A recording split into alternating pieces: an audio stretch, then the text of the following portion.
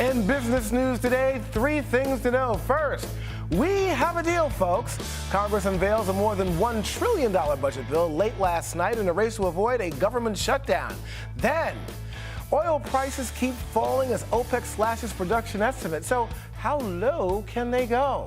And, well, the world's highest musicians paid today. Rapper and entrepreneur Dr. Dre earning the most in a single year than any other musician in history. How he and other artists are making their fortunes. Arise Xchange starts right now.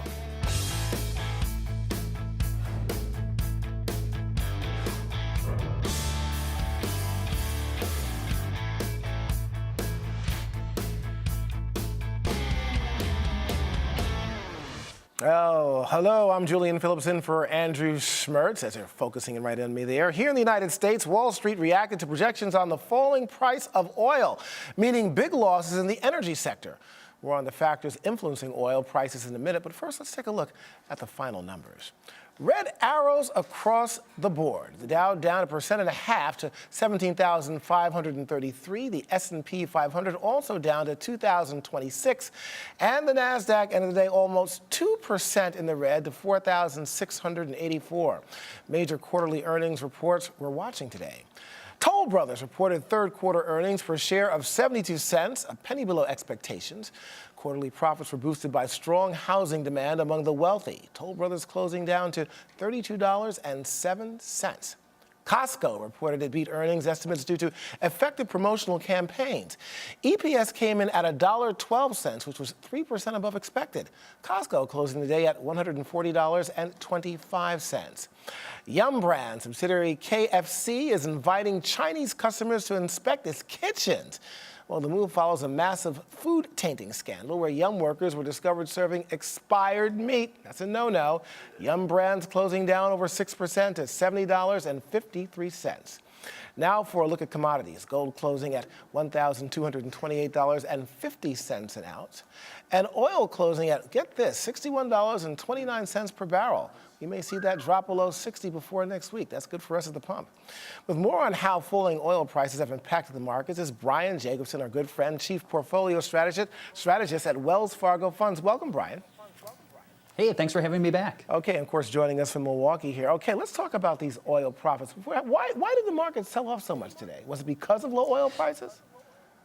I think a lot of it was triggered by the news out of OPEC saying that they expect that for 2015, demand is going to be significantly lower for them, the worst that it's been in about 12 years. So that sent energy, not only oil prices down, but then energy stocks down. And that, I think, dragged down the broader market with it. If you look at the individual components that make up the S&P 500, most of the ones that were deeply in the red were indeed the energy producers. So I think that's really the big story here, is that oil prices go lower, energy stocks go down. But longer term, it actually is not that bad for the outlook for U.S. growth, and I think for the stock market overall. I think we'll recover from this pretty decently. Okay, you're saying that now, Brian, but what I'm looking at here, if I'm looking at these tea leaves, I'm thinking, well, okay, OPEC is doing this because they want to cripple U.S. oil production, the shale that's coming out of Canada. And what about Russia? What's going on there? They've got to have some kind of end game here.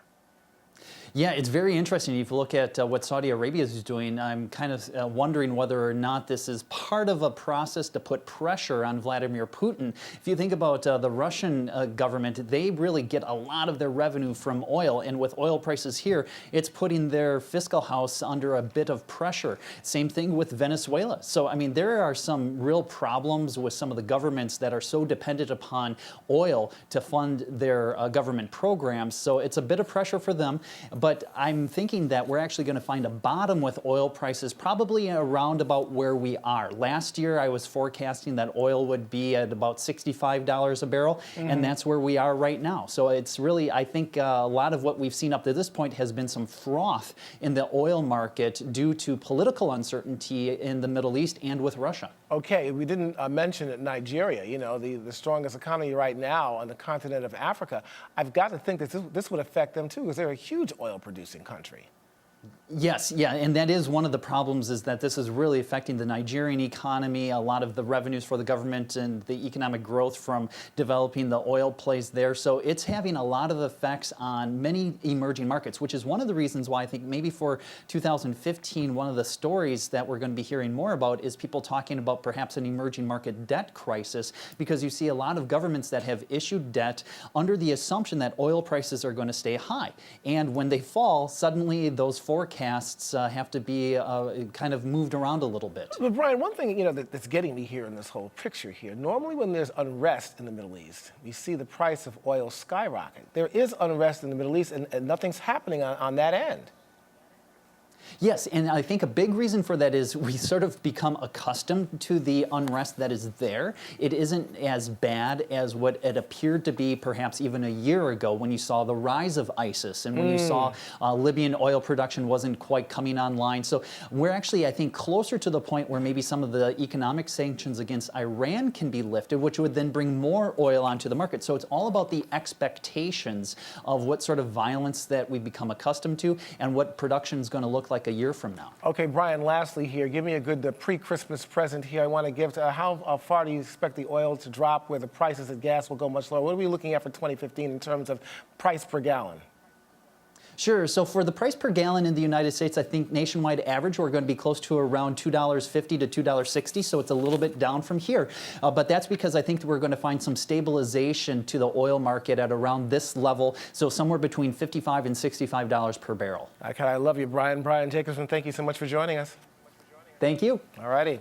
Well, a deal has been reached on a massive $1.1 trillion spending bill that will keep the government funded for the next year. Neither party is entirely happy with this bill, but the legislation is expected to pass in the coming days, perhaps even tomorrow. Well, joining us from Washington, D.C. is Arise News contributor Erich to tell us what's in the budget bill. Erich, maybe I can believe this. Yeah. You know, there's nothing in here that I think will make many members or many lawmakers happy. And there's one thing in particular that I think that's going to just enrage the middle class. For the first time in 40 years, there's actually a provision in this bill that would allow pension funds to cut the benefits of retirees. So that's going to anger the entire middle class, lots of unions, and I think it's just going to enrage particularly many politicians on the left. And I think we could just see, a continued uproar going into 2015. Additionally, you've got the Dodd-Frank bill, which had a provision that governed the derivatives and allowed them to be traded separately. And so that issue with that provision has been pulled out. So that's actually a big boon to the banks. And we've actually seen progressive darlings, Senator Elizabeth Warren, actually called on the House Democrats to actually reject this bill entirely until that provision is put back in. So the question remains, will the president, provide a line item veto on this particular provision, or will it actually go through? Well, look, Erich, we know that this bill is going to go through, and I'm going to tell you why it's going to go through. I understand, and most people understand in this country, that the government really doesn't care anything about us, especially the middle class. But there's this one little thing tucked deep down in this bill of 6,000 pages that no one has read, and it talks about now perhaps no spending caps on giving to the Republican and Democratic committees. Yes, that's the deal. Come on. Yeah, that, and you know what? It's almost like we created this 6,000 page behemoth just so we can actually get that in there, and it allows individuals to spend 10 times the normal limit that they've normally been able to spend. So what we're doing is we're basically just removing caps from spending on parties. I don't think this will be a particular benefit to either party. It just allows more money to be funneled into the campaigns and just makes it basically a playground for the wealthy. But this is an outrage, Erich. I mean, Absolutely. Come on, it does benefit somebody. That money is going somewhere. It's not going into my pocket.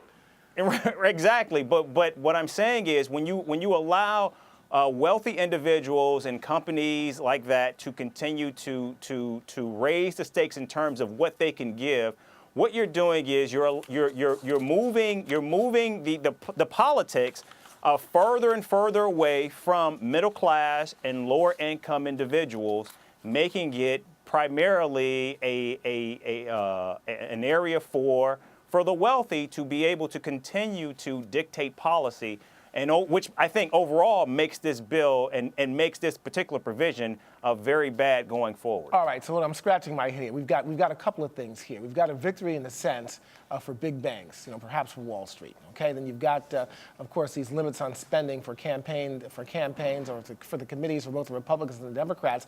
The middle class loses out. I mean, can anything be done about this at all? I mean, other than shutting down the government? I think what you're seeing a preview of what a GOP-led Congress will look like in the next legislative session. Keep in mind, the Democrats control the Senate still, but this bill, I think, goes to show just how muscular the GOP is and what they will focus on in the next legislative session. I mean, this is a bill that will be hugely beneficial to the banks. It's hugely beneficial to pension funds. And it definitely benefits wealthy individuals in terms of their giving on campaigns, but at the expense of the middle class and lower income. So I'll tell you, it's hugely disappointing to me, and we've run out of time right now. But Erich, as always, thank you for your insight. I guess this time, I don't know. All right. Yeah. Coming up, Uber under fire as a growing number of cities and countries ban the car booking service. And of course, you're watching Arise Exchange.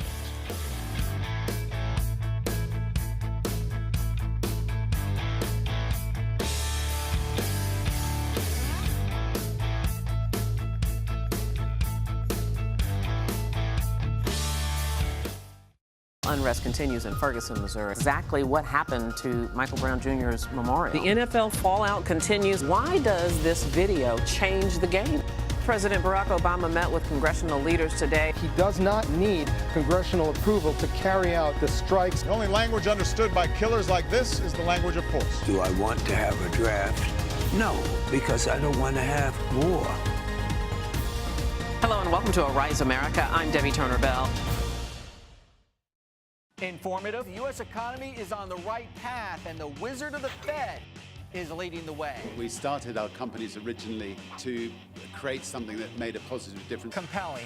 I became very successful, not allowing myself to be average. Our favorite person of the day, when we pick one person who grabbed our attention, and not for the right reason. Yeah, he sort of lost all business. Investors came back from the long weekend tanned, rested, and ready to buy stocks. Entertaining money daily, Arise Exchange.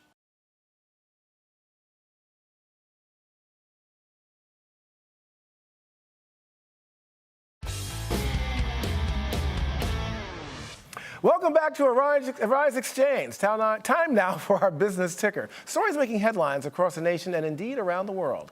Luxembourg, a corporate tax haven? Well, new documents detail how 35 large multinational companies such as Disney and Skype, which is owned by Microsoft, funneled hundreds of millions of dollars in profits through subsidiaries in Luxembourg to lower their tax bills. Surprise? Well, the report is by the International Consortium of Investigative Journalists.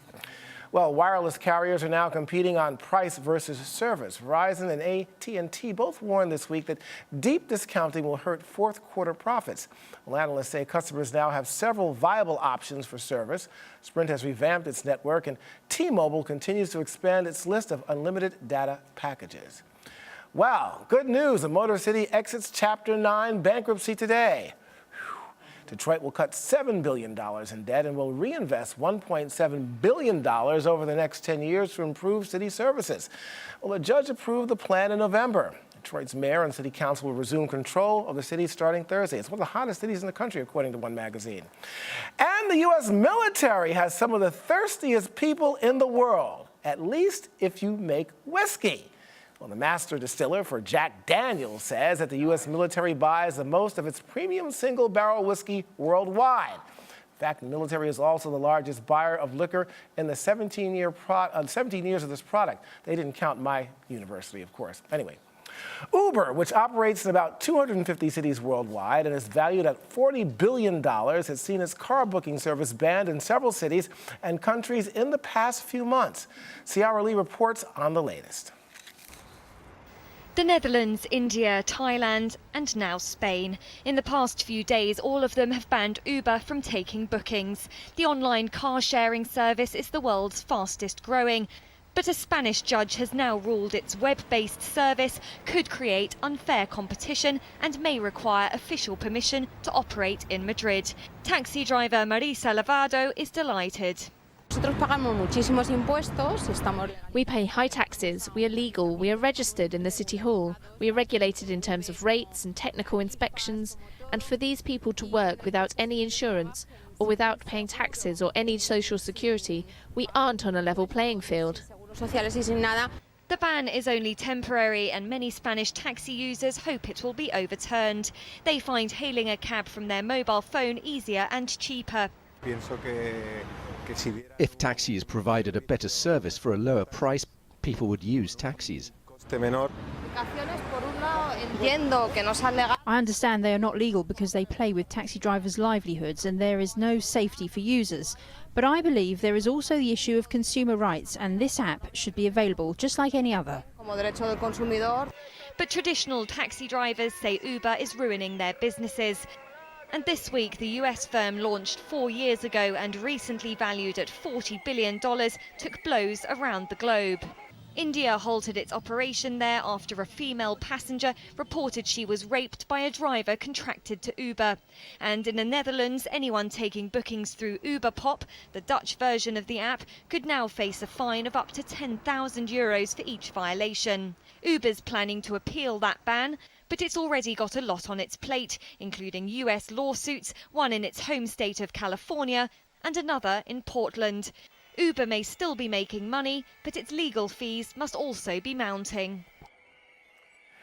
And those lawsuits against Uber in the United States relate to proper licensing requirements as well as misleading consumers about the method it uses to screen drivers. Well, ahead, in-store beacons. Are they a shopper's best friend or Big Brother watching? We'll tell you when the Rise Exchange returns. Stay with us.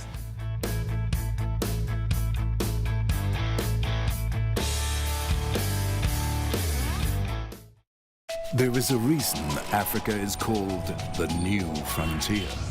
What was once potential is now an opportunity ready to be seized. Once revered for our resources, today's wealth lies in our people. People who build the cities that shape the future. People who know an idea in one place means business in another. A generation for whom technology means there are no borders, no boundaries. We are the new lions in a brave new world, kings of the urban jungle. And there's a bank that puts the world in our pocket and the future in our hands. UBA, Africa's global bank. Apple unveiled new products today. Did it meet expectations? Apple stock is up 20%. The White House says it has proper measures to contain the spread of Ebola. This seems to be, in some ways, exploding. What are officials saying? We remain focused on working with our partners on the ground to stop the epidemic. Enhanced measures have been put in place in Africa and the United States. This is hitting home in a very real way, and I think, we need to be concerned. Hello and welcome to Arise America. I'm Debbie Turner-Bell.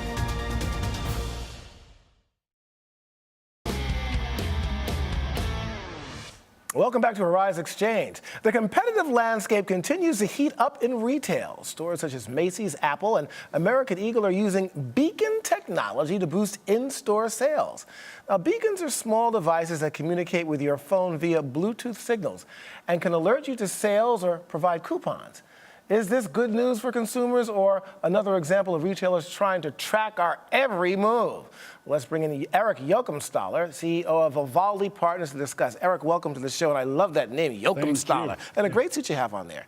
Okay, look, I'm kind of in distress now. I'm a dinosaur. I hate technology. Yeah. Now I can go into a store like Target or Macy's or whatever now, and I've got something now telling me what to buy. Come on, what is this nonsense? So this is actually good technology for you because you don't have to worry about it. You don't have to carry it in the store. It's already in the store. It just taps into your mobile phone, and it gives you some useful information that you can use in order to make your shopping experience more pleasant. Okay, so now I'm like, Predator and whatnot. I've got all this technology. I walk around the store, just have on my phone, and then I can just see exactly where all the sales are without even having to blink an eye. The fact is that 80% of all Americans right now use the mobile phone in the store and make purchases with a mobile phone in the store. So this is just a way to make it all better for you. Am I the only one that has lost my mind here? Or maybe I'm sane. When I go into a store, it's like a surgical strike, Erich. I don't go looking at my phone for anything. I'm going down to an aisle knowing what I'm going to get. It's like, deep sea fishing. I catch it, I'm out of there. I mean, who really is going to be looking at this stuff? But this is really not about you looking at it. This is really making almost your shopping experience seamless and effortless and more frictionless. You will not notice it, but you will see the benefits of it.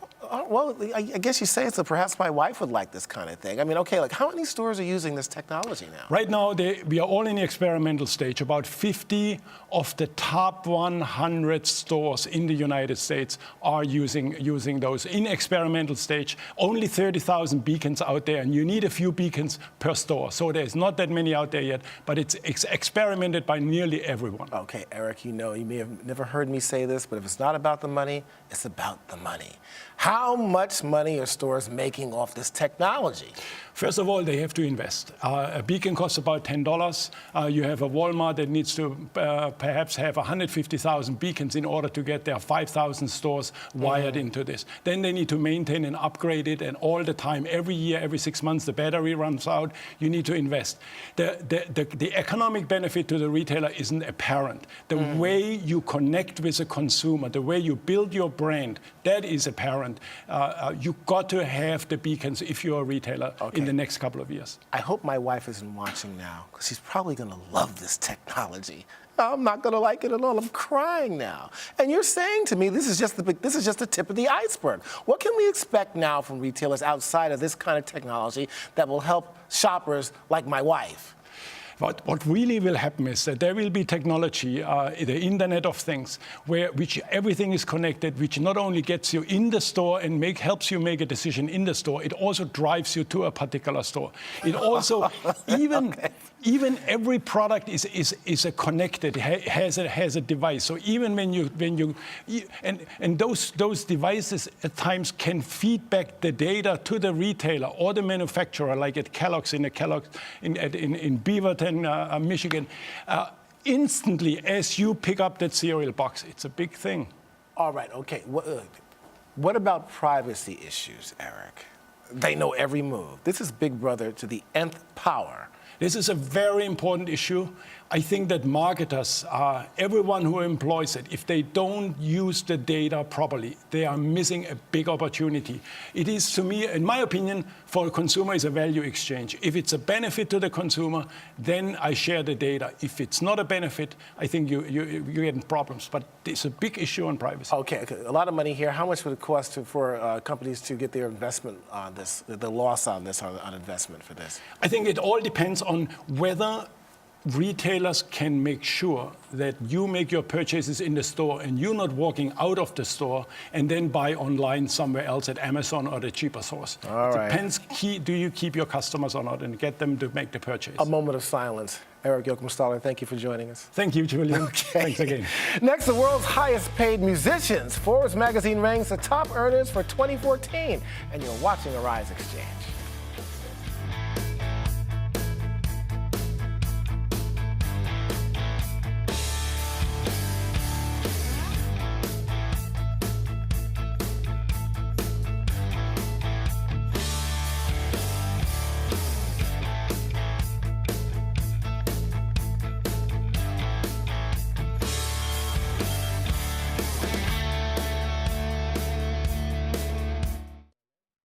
The search continues for the more than 200 abducted schoolgirls. Unquestionably, this is a Nigerian problem. President Barack Obama stopped short of visiting the border. Why can't Washington get anything done when it comes to immigration reform? But you got to come up with a solution to it, and no one has a real solution. Does this further terrorize people, make them more afraid, or is this making people angry?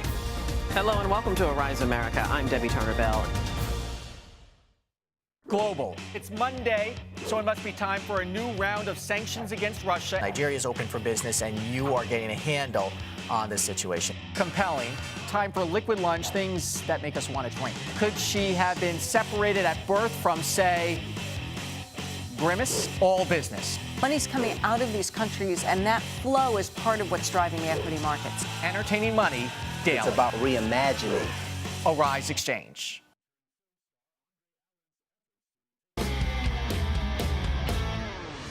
My favorite segment. You may be surprised to hear that Dr. Dre was the highest paid musician this year, taking home 620 million big ones, largely due to the sale of his company's Beats headphones, which he sold to Apple.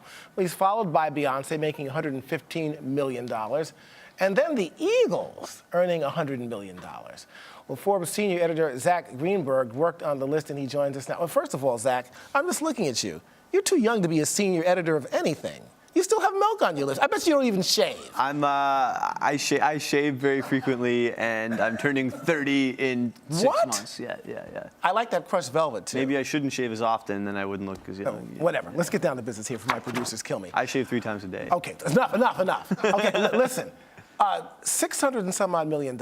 We were having a talk amongst the crew here that a lot of this money doesn't even come from record sales. It comes from, of course, the selling of the Beats headphones. Beyonce, I would assume a good portion of that would come from record sales, but I guess clothing lines, perfume, whatever. And touring. I mean, touring is the huge thing for most of the acts on this list. I mean, Dr. Dre is the exception, right? I mean, this is $620 million pre-tax. That's the best year for any musician ever. Financially. It's unbelievable. By a long shot. Well, I was surprising. I'm a big Eagles fan. I love the Eagles, but when I was looking at the list, my $100 million, my God, I would assume that all of that comes from touring. Pretty much. Merch is huge on the road, and they've got a DVD that's been doing very well. That's connected to the tour as well. Mm-hmm. But I think when you look at Dr. Dre, he's a perfect example, right? None of the names on this list are making a ton of money off of recorded music, and we keep hearing about all the problems with recorded music sales. This is how you make money in the music business. You've got your brand, you build the brand through making music, and then you cash in. And whether it's on the road or through technology, product extension like Beats, that's the way to do it. Okay, but with technology, we were talking about in that last segment with Erich Joachimstaler, and we were talking about the beacon technology. I think technology has taken over, I guess, piracy of CDs and music where people can download things for free. So if you can't do anything to combat that, then the next best thing, I guess, is touring. Right, and I think in the old days, it used to be that you would tour and try to break even on that in order to, drive up record sales. Now it's flipped on its head. You put out your record so that you can go and tour and make a lot of money on the road. But you can make a whole lot of money on the road, but how long can that last? The Eagles have been around for a while. I guess these guys are going to be cashing in on Social Security checks soon. You got a group like the Rolling Stones. I remember one time they were coming out of Madison Square Garden. I thought they'd have an ambulance for these guys. I mean, how long can you do this? Or oxygen tanks, if nothing else? I mean, you can do it. Everybody's not as young as you, Zack. Well, if you look at the top 10, there's actually only 2 people who are under the age of 30 in the top 10. And if you look at, Paul McCartney's on there in the top 10. He's at 71 million. The Eagles, John Bon Jovi, Bruce Springsteen. That's where a lot of the money is with these legacy rock acts doing arena tours. And something like Billy Joel. He sold out Madison Square Garden how many times right now? Oh yeah, it's close to a dozen, maybe, or probably many dozens of times on his career. What about the marketing aspects of all this? Okay, you become a big act. Who knows how long that's going to last? You're not a one-hit wonder. Okay, and then you have this marketing. I would assume that, there's obviously millions to be made, but how easy is it to get these deals? Kim Kardashian, everybody knows she's done nothing except for that film, of course, that video. And she's making millions of dollars. She has this perfume and, her rear end all over everywhere else. How do you get these deals? What makes it? I think with a lot of people on the list, it's the work has been put in. Years, maybe decades ago, and the reputation has been established, right? It's then kind of transferring that, capitalizing it, by making the deals and by going on the road. Okay, but I got to ask you lastly here. That makes sense and it's true, but then how do you figure Kim Kardashian? I don't know. She's not on our list. To say the least. I got to tell you something. This is a fascinating list. I wish I got to get my air guitar out and play again. But Zack, you look good. Stay young, my friend. All right. Thank you very much. You got it. Tomorrow on Arise Exchange, how the cruise industry keeps cruising along despite all the high-profile fiascos on the high seas. Now for another look at the markets. The Dow and S&P both down better than 1.5%. The Nasdaq losing 82 points to close at 46.84. I'm Julian Phillips in for Andrew Schmertzy Smertz. Thanks for watching Arise Exchange. We'll see you here tomorrow.